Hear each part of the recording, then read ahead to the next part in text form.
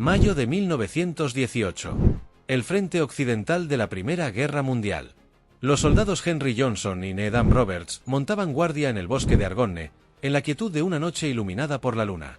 Miembros del regimiento Harlem Hellfighters del ejército de Estados Unidos, los dos soldados estaban a punto de enfrentarse a una prueba de fuego. La serenidad de la noche se rompió cuando un grupo de asalto alemán, compuesto por más de 20 hombres, emergió de las sombras. El estallido de los disparos y el trueno de las granadas rompieron el silencio, transformando el tranquilo bosque en un campo de batalla caótico. Johnson, herido por balas enemigas y metralla, luchó con ferocidad, utilizando su rifle y cuchillo bolo para cambiar el curso de la batalla. Roberts, a pesar de sus heridas, se mantuvo a su lado, pasándole granadas a Johnson hasta que dos soldados prusianos lo capturaron, arrastrándolo fuera de la trinchera en un intento de capturarlo. Decidido a salvar a su camarada, Johnson los persiguió, lanzando granadas y disparando su rifle hasta agotar su munición. Sin desanimarse, sacó de nuevo su cuchillo bolo y se lanzó a la oscuridad, resuelto a rescatar a Roberts en la negrura del bosque.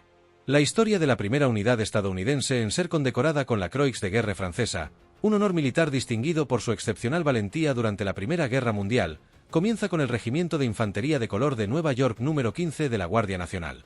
Esta unidad se originó en el distrito de Harlem en Nueva York, donde los miembros de la comunidad hicieron campaña activamente por una unidad militar local. A pesar de enfrentar repetidos obstáculos políticos, la comunidad afroamericana se mantuvo firme en su determinación de servir. El 2 de junio de 1913, sus esfuerzos dieron frutos. La legislatura del estado de Nueva York aprobó un proyecto de ley que autorizaba la creación de un regimiento de la Guardia Nacional afroamericano. El gobernador William Sulzer firmó la ley, marcando una victoria significativa. Sin embargo, el número 15 de Nueva York existió solo en papel hasta junio de 1916. En ese momento, el gobernador Charles Whitman tomó medidas decisivas. Nombró a William Hayward, su exgerente de campaña, como el oficial al mando de la unidad. Con este nombramiento, el número 15 de Nueva York comenzó a tomar forma, pasando de una idea a un regimiento activo listo para servir. Hayward ya era un hombre con conocimientos en el campo, habiendo servido anteriormente como coronel en la Guardia Nacional de Nebraska. Hayward reflexionó sobre su compromiso con el futuro del número 15. Como organizador estricto, sabía que incorporar a soldados afroamericanos en el cuerpo de oficiales no era solo una necesidad sino un deber. A pesar de recibir apoyo del New York Age, el principal periódico afroamericano de la época, el regimiento del número 15 de Nueva York luchó para cumplir sus metas de reclutamiento. El regimiento tenía como objetivo enlistar a varios miles de hombres, pero a finales del verano de 1916, los números de reclutamiento se quedaron significativamente cortos de ese objetivo. No obstante, la vida siguió adelante.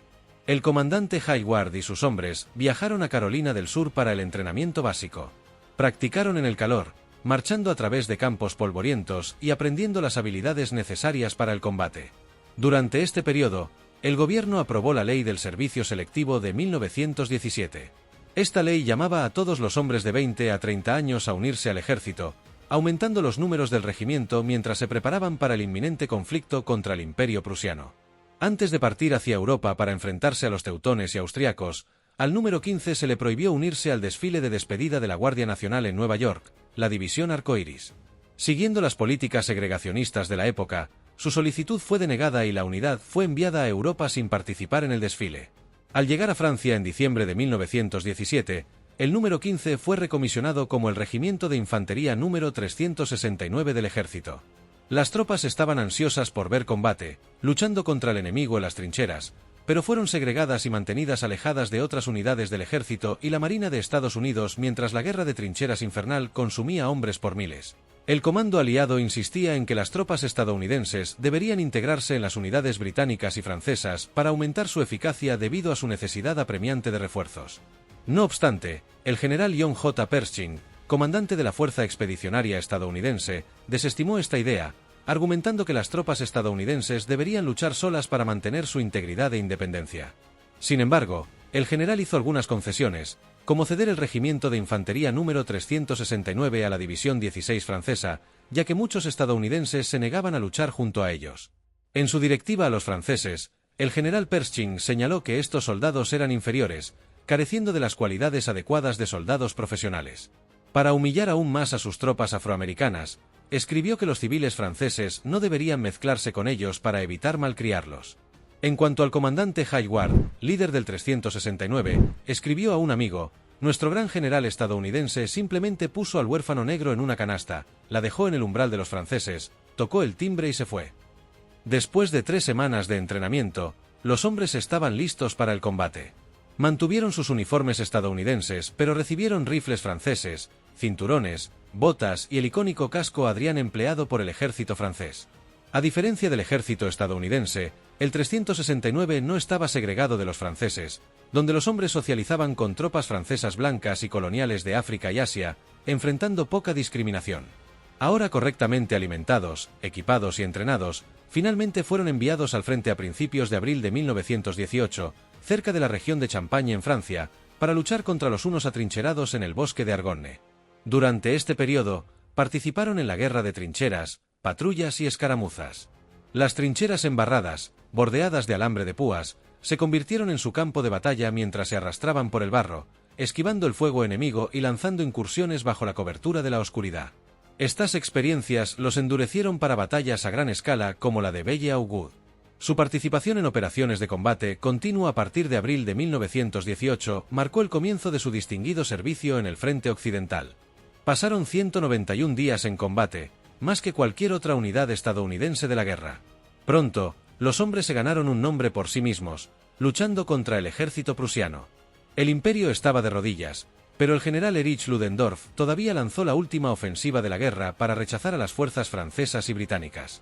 Las líneas aliadas estaban golpeadas pero no rotas, y la ferocidad y determinación de los soldados del 369 que se negaron a ceder un centímetro de terreno dejaron una impresión duradera en sus adversarios, con los alemanes apodándolos Elfichters. Así nacieron los Harlem Elfichters, y las historias de valentía poco común se convirtieron en la norma para los hombres mientras se enfrentaban al enemigo cerca del bosque de Argonne. En mayo de 1918, el soldado Henry Johnson y el soldado Needham Roberts fueron asignados como centinelas nocturnos en un campamento cerca de las líneas enemigas. La noche estaba tranquila, pero los hombres se mantenían vigilantes. Los ecos distantes de la batalla murmuraban a kilómetros de distancia, pero su zona estaba extrañamente tranquila, permitiéndoles breves y fugaces pensamientos de hogar. El soldado Johnson, un maletero ferroviario de 25 años de Albany, Nueva York, agudizó sus oídos y escuchó crujir las hojas en la oscuridad. Sus ojos atravesaron la noche, captando formas sombrías moviéndose sigilosamente. Rápidamente se volvió hacia el soldado Roberts, señalando hacia los ruidos. Los hombres luego escucharon el sonido distintivo de alambre de púas siendo cortado. La adrenalina surgió a través de sus venas mientras Johnson disparaba una bengala de iluminación, lanzando un resplandor fantasmal y revelando al enemigo. Casi de inmediato, granadas prusianas fueron lanzadas hacia ellos, explotando y enviando metralla al lado izquierdo de Johnson. A pesar de su propia herida en la cabeza, Roberts lanzó granadas al enemigo que avanzaba, tratando desesperadamente de detener su avance. Más de 20 prusianos atacaban, pero ninguno de los dos hombres retrocedió. Dispararon sus rifles franceses, los destellos del cañón iluminando brevemente sus rostros decididos. Los alemanes, no disuadidos por la resistencia inicial, se acercaron. Johnson disparó a un soldado en el pecho a quemarropa, luego balanceó su rifle como un club, golpeando a otro. Mientras el enemigo arrastraba a Roberts, Johnson, impulsado por pura voluntad, saltó de la trinchera con su cuchillo bolo. Cortó a través de la oscuridad, quitando la vida a un combatiente enemigo, solo para recibir un disparo en el hombro y la pierna por otro. A pesar de sus heridas, Johnson se lanzó sobre su atacante, acabando con su vida y liberando a Roberts. Los prusianos supervivientes, ahora en pánico, se retiraron mientras Johnson lanzaba granadas tras ellos, las explosiones iluminando su frenética huida. Al día siguiente, un capitán del ejército concluyó que Johnson había quitado la vida a al menos 4 de los 24 soldados alemanes que atacaron la posición e intentaron capturar a su amigo. Tras este encuentro y una vez despejado el sector, Johnson y Roberts fueron condecorados con la Croix de Guerre francesa, convirtiéndose en los primeros estadounidenses, negros o blancos, en recibir tal distinción.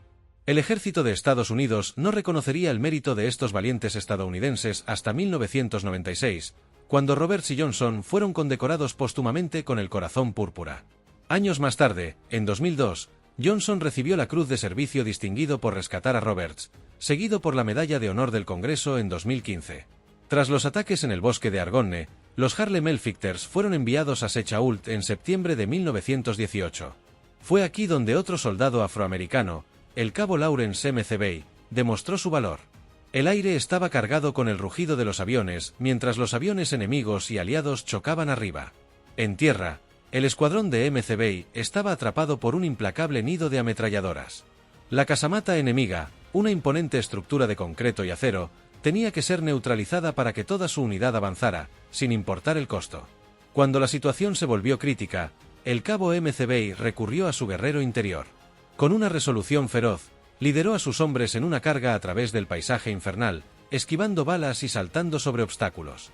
El combate cuerpo a cuerpo fue brutal, pero MCV y su escuadrón lucharon con una tenacidad que dejó la posición enemiga en ruinas.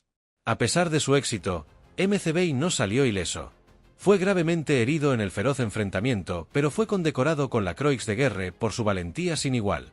Para cuando terminó la guerra, los Harlem Hellfighter's habían pasado unos agotadores 191 días en combate, demostrando ser tanto patriotas como guerreros formidables.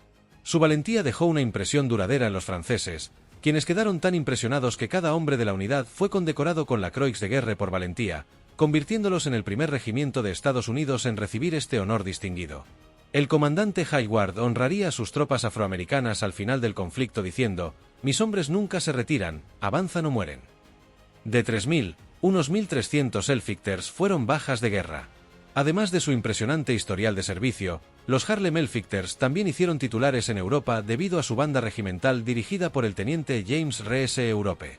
Como director de la banda regimental del Regimiento de Infantería número 369, fue pionero en la introducción del jazz afroamericano en Europa, difundiendo este vibrante género nuevo internacionalmente.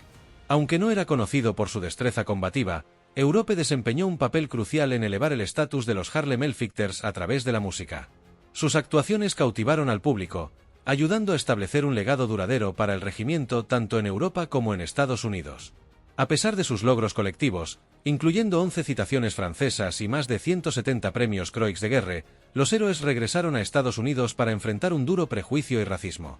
Aunque el desfile de la Victoria por la Quinta Avenida en Nueva York honró su servicio, sus vidas posteriores a la guerra estuvieron marcadas por dificultades económicas y sociales. Los veteranos afroamericanos de los Harlem Hellfighter's soportaron racismo y segregación continuos, incluso durante conflictos posteriores como la Segunda Guerra Mundial, la Guerra de Corea y, en cierta medida, la Guerra de Vietnam. No obstante, la tenacidad, valentía y sacrificio de los Harlem Hellfighter's son universalmente reconocidos hoy. Demostraron al mundo y a su país que lucharon con patriotismo para alcanzar la igualdad y superar el prejuicio racial.